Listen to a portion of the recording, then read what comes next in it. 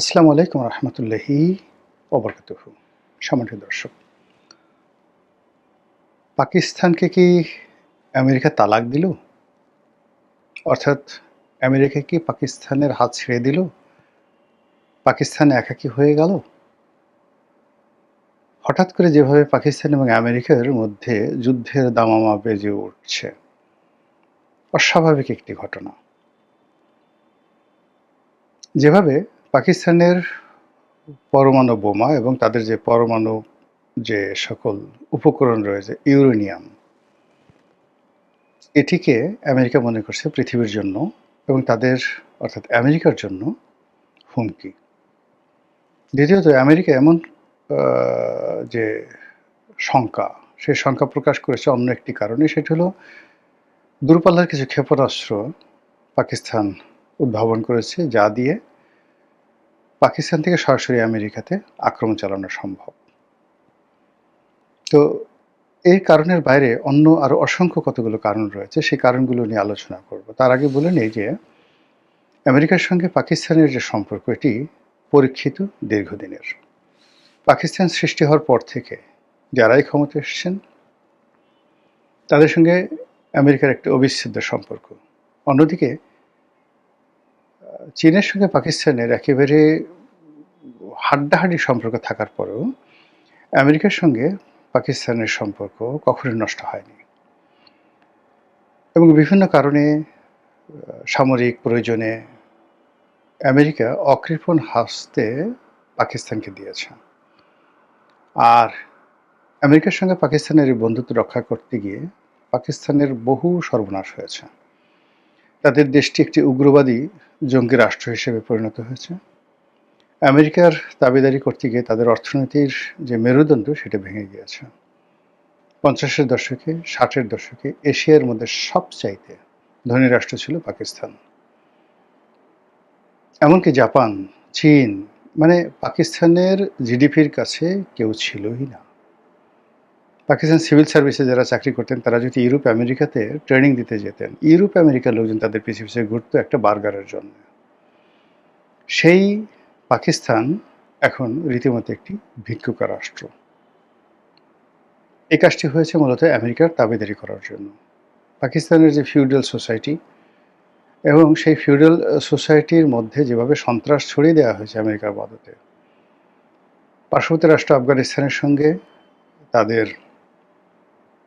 সম্পর্কের অবনতি এবং সেখানে তালেবান সৃষ্টি, সেখানে আল কায়দার সৃষ্টি ইত্যাদি নানা বিষয় পাকিস্তানকে যেভাবে আমেরিকা ব্যবহার করেছে, এতে করে পুরো পাকিস্তানের সামাজিক, অর্থনৈতিক, রাজনৈতিক সব কিছু ভেঙে চুরে তছনছ হয়ে গেছে।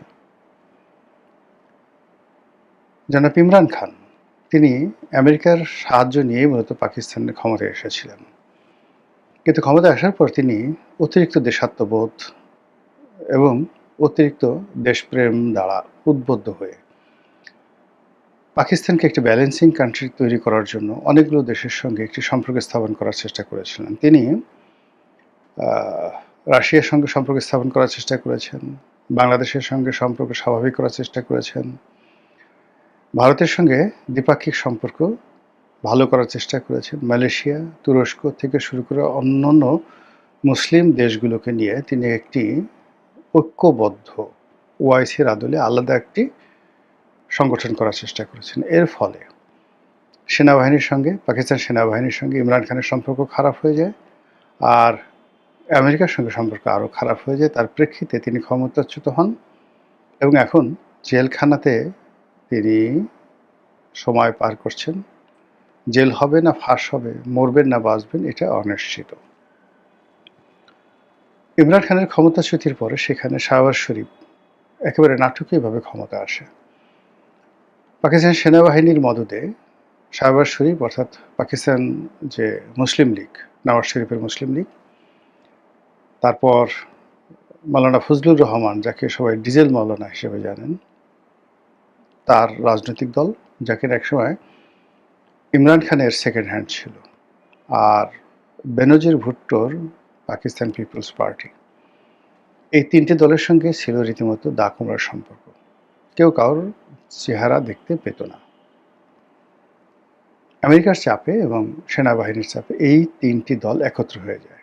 তারা সবাই মিলে ইমরান খানের বিরুদ্ধে দাঁড়ায় এবং একটি নির্বাচন, অনেকটা সমঝোতার নির্বাচন, অনেকটা সাজানো নির্বাচন, অনেকটা পাতানো নির্বাচন করে, যাকে বলা হয় ম্যাটিকুলাস ডিজাইনের মাধ্যমে, ঠিক বাংলাদেশে যে ধরনের পলিসি বিভিন্ন সময় আমেরিকা এবং ভারত করেছে, ঠিক একই পলিসি নির্বাচনে করে ইমরান খানের দলকে হারানো হয় এবং তারা কোনো মতে একটু সংখ্যাগরিষ্ঠতা নিয়ে সরকার গঠন করে। সরকার গঠন করার পরে একটার পর একটা বিপদ, একটার পর একটা বিপত্তি তাদেরকে অক্টোপাসের মতো আঁকড়ে ধরে আসে এবং তারা কোনো অবস্থাতেই সেই অক্টোপাসের যে কামড়, সেখান থেকে বের হতে পারছেন না। তাদের অর্থনীতি তছনছ হয়ে গেছে। রাজনীতি অতীতের যে কোনো সময়ের চাইতে রাজনীতির যে মান, গুণগত মান হারিয়ে গেছে। সেনাবাহিনীর সঙ্গে রাজনীতিবিদদের যে সম্পর্ক, সে সম্পর্ক অনেকটা মালিক এবং চাকরের পর্যায়ে চলে আসছে। সেনাবাহিনী মালিক আর রাজনীতিবিদ তাদের চাকর। যখন সেনাপ্রধানকে কোথাও ডাকা হয়, আসিফ মনিরকে কোথাও ডাকা হয়, সেখানে প্রধানমন্ত্রী তার সহকারী রূপে বা পিয়ন রূপে সেখানে উপস্থিত হন এবং এই প্রথম নজিরবিহীনভাবে ভারতের যে সেনাপ্রধান, সেই সেনাপ্রধানের উপরে পাকিস্তানের সেনাপ্রধানকেও প্রাধান্য দেওয়ার জন্য আসিফ মনির নিজের মর্যাদা বাড়িয়ে নিয়েছেন। এখন তিনি ফিল্ড মার্শাল আসিফ মনির রূপে নিজেকে প্রতিষ্ঠিত করেছেন এবং পাকিস্তান সেনাবাহিনীতে আইয়ুব খানের পর এত ক্ষমতাধর কোনো সেনাপ্রধান আসেননি। ডোনাল্ড ট্রাম্প তাকে আলাদা দাওয়াত করেছেন। আলাদা দাওয়াত করে তারকে যেভাবে সংবর্ধনা দিয়েছেন, অ্যাজ ইট ইজ মনে হয় যেন পাকিস্তান রাষ্ট্রের ফাউন্ডিং ফাদার তিনি, জাতির পিতা তিনি। অন্যদিকে আসিফ মনিরের সঙ্গে সৌদি আরবের সম্পর্ক অন্যরকম, একেবারে যাকে বলা হয় এতটা দহরম মহরম সম্পর্ক যে সৌদি আরবের জন্য আসিফ মনির জীবন দিবেন, আসিফ মনির জন্য সৌদি আরব জীবন দেবেন। এই অবস্থাতে যখন বছর খানেক আগে পাকিস্তানের সঙ্গে আমেরিকার একটা সামরিক চুক্তি হলো, সেই চুক্তিতে আমেরিকা তাদের অস্ত্র ভাণ্ডারের দুর্লভ সব অস্ত্র যেভাবে ভারতকে দমানোর জন্য পাকিস্তানের কাছে বিক্রি করার তারা সিদ্ধান্ত নিল, এতে করে পুরো ভারতবর্ষে আতঙ্ক ছড়িয়ে পড়ল। তো এই অবস্থার পরে আবার আমরা দেখলাম যে ইরান যুদ্ধ শুরু করার আগে পাকিস্তানকে দিয়ে তারা আফগানিস্তান আক্রমণ করালো এবং এই আক্রমণ এখন পর্যন্ত চলছে। পাকিস্তান আমেরিকার অনুগত দাস রূপে, চাকর রূপে, তারা কখনো আমেরিকার কোনো আবদার তারা ফেলেনি। এমনকি এখন ডোনাল্ড ট্রাম্প যেভাবে কান্নাকাটি করছেন হরমুজ প্রণালী রক্ষার জন্য, যেভাবে কান্নাকাটি করছেন ইরানের বিরুদ্ধে বন্ধু পাওয়ার জন্য, সেখানে আসিফ মনিরকে যদি বলা হয় যে যাও তুমি তোমার সৈন্যবাহিনী নিয়ে এখন ইরানে গিয়ে যুদ্ধ করো, আসিফ মনির সঙ্গে সঙ্গে যুদ্ধ করবে এবং ইরান সীমান্তে গোলাবারুদ ছোড়া শুরু করে দেবে। তো এই যেখানে সম্পর্ক, তো সেখানে হঠাৎ করে কেন পাকিস্তানের বিরুদ্ধে আমেরিকা বিষোদ্গার করছে? কেন পাকিস্তানকে আমেরিকা বিশ্বাস করছে না? কেন কথা আসছে যে পাকিস্তান আমেরিকা আক্রমণ করতে পারে বা আমেরিকা পাকিস্তান আক্রমণ করতে পারে, আর আমেরিকা যদি পাকিস্তান আক্রমণ করে তাহলে পাকিস্তান ১ মিনিট দেরি না করে দিল্লি আক্রমণ করে বসবে? কারণটা কি? আমার মতে ৩টি কারণ। প্রথম কারণ হলো যে পাকিস্তানের হাতে যে পরমাণু প্রযুক্তি রয়েছে, এই পরমাণু প্রযুক্তি তারা উত্তর কোরিয়াতে এর আগে পাঠিয়েছিল, দিয়েছিল, আপনাদের মনে আছে। এখন সন্দেহ হচ্ছে, আমেরিকার সন্দেহ হচ্ছে যে পাকিস্তান তার এই প্রযুক্তি, পরমাণু প্রযুক্তি এবং তার যে ইউরেনিয়াম, এগুলো চড়া মূল্যে তেলের বিনিময়ে তারা ইরানকে দিয়েছে। আদারওয়াইজ অন্য কোনো কারণ থাকতে পারে না রাতারাতি এইভাবে পাকিস্তানের বিরুদ্ধে যাওয়া। নাম্বার 1। নাম্বার 2 হলো যে এই মুহূর্তে ভারতের সাথে বন্ধুত্ব করার জন্য ডোনাল্ড ট্রাম্প রীতিমতো পাগল হয়ে গেছেন। সেক্ষেত্রে পাকিস্তানের সাথে সম্পর্ক শিথিল করা বা সেই সম্পর্ক একটি শীতল করার পরিবর্তে উষ্ণ করার পরিবর্তে সেই সম্পর্কের মধ্যে বরফ জমিয়ে দেওয়ার জন্য দিল্লির পক্ষ থেকে কোনো চাপ থাকতে পারে, সেটাও হতে পারে। আর থার্ড হলো ইরান আমেরিকা যুদ্ধ এবং পাকিস্তান আফগান যুদ্ধ। এই যুদ্ধে আমেরিকা যেভাবে পাকিস্তানের কাছ থেকে সাহায্য চেয়েছিল, সহযোগিতা চেয়েছিল, সেই সাহায্য সহযোগিতা পাকিস্তান সম্ভবত করতে পারছে না। এই তিনটি কারণ গেল। এর বাইরে পর্দার আড়ালে যে কারণটি, সেটি হলো বর্তমানে পাকিস্তানের যে অভ্যন্তরীণ সমস্যা যাচ্ছে, সেই অভ্যন্তরীণ সমস্যার ব্যাপারে পাকিস্তান হয়তো অনেকগুলো বিষয় আমেরিকার কাছে চাচ্ছে। অনেকগুলো বিষয় আমেরিকার গ্রিন সিগন্যাল তাদের প্রয়োজন। সেই বিষয়গুলো আমেরিকা তাদেরকে ঝুলাচ্ছে।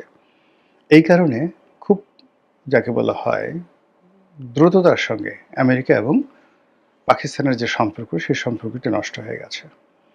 আর এই সম্পর্ক নষ্ট হওয়ার যে ধারাবাহিকতা, এটা যদি চলতে থাকে, বিশেষ করে ইরান যুদ্ধে যদি আমেরিকা পরাজিত হয়, তাহলে পাকিস্তান মানে রীতিমতো অনেকটা স্বাধীন হয়ে পড়বে। আর পাকিস্তান যদি স্বাধীন হয়ে পড়ে, তাহলে বাংলাদেশের খবর আছে, ভারতের খবর আছে, সব মিলিয়ে।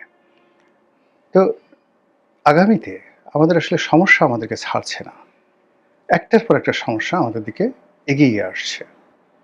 এখন সেই সমস্যায় পাকিস্তানের যে হঠাৎ করে বড় হয়ে যাওয়া, অথবা যে ইরানের সঙ্গে পাকিস্তানের সম্পর্কের উন্নতি অবনতি, আমেরিকার সাথে উন্নতি অবনতি, ভারতের সাথে যুদ্ধাবস্থা, সব মিলিয়ে বাংলাদেশের অবস্থা কোথায় দাঁড়াবে, নতুন সরকারের অবস্থা কোথায় গিয়ে পৌঁছবে, আমরা কোন দিকে এগোচ্ছি, এই বিষয়গুলো নিয়ে আগামীতে হয়তো আরও ইন ডিটেলস আপনাদের সামনে বলতে পারবো।